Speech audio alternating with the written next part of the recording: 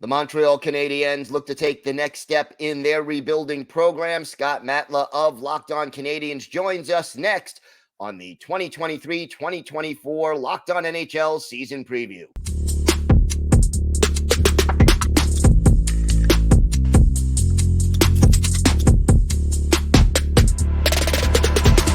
Gil Martin here. The NHL season is now less than a week away, and Locked On Season Preview coverage continues as we welcome in host Scott Matla of Locked On Canadiens to detail everything you need to know about the Habs ahead of the 2023-2024 season. Scott, great to have you here. What's the biggest storyline surrounding the Canadiens coming into this season? The biggest thing this season, as with any other rebuilding team, is can they take that next step forward? They picked first overall, they picked fifth overall. Martin St. Louis has them playing fun, enjoyable, competitive, losing hockey. Can they start to pile up a little bit more in terms of staying healthy and winning more games there? This is a team that has a ton of young talent on defense and is filtering out some of the remnants of the previous general manager's tenure here.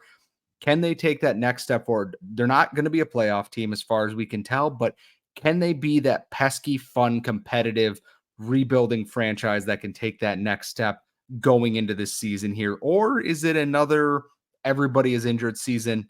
Nobody wants to see that 3 years in a row at this point. Well, hopefully the injuries aren't as big of a problem. What was the most significant move that the Habs made this offseason and why?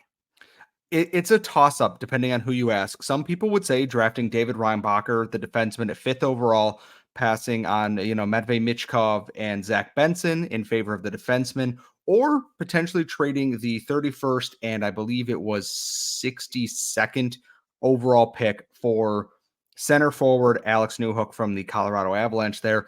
Newhook in his first preseason game looked sharp, looked to have integrated himself very well, and David Reinbacher has looked very polished and is one for the future.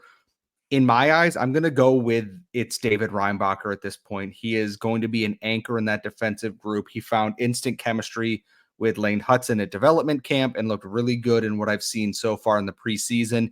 He looks to be a guy that will eat minutes for a long time once he hits that next level in his professional development there.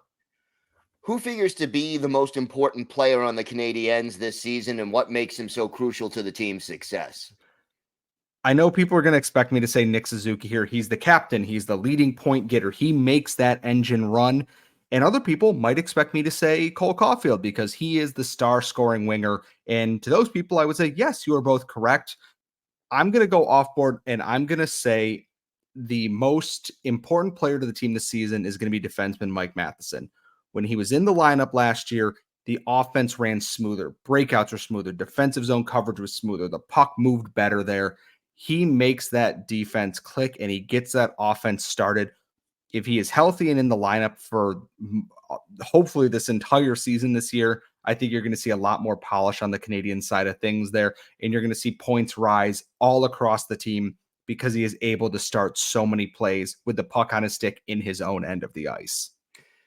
This next question is important, especially for a rebuilding team. Who is the potential breakout candidate for the Canadiens that people should know about? I don't know if I can say Kirby Dach because Kirby Dach was very good last year.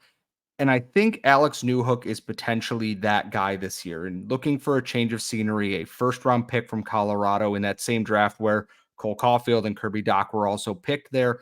I think Alex Newhook is the potential breakout piece here if he can find some synergy in the lineup here.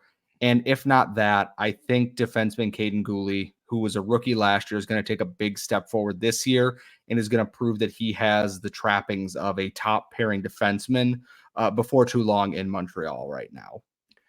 So what would a successful season look like for the Canadiens, and what's at stake if that's not achieved?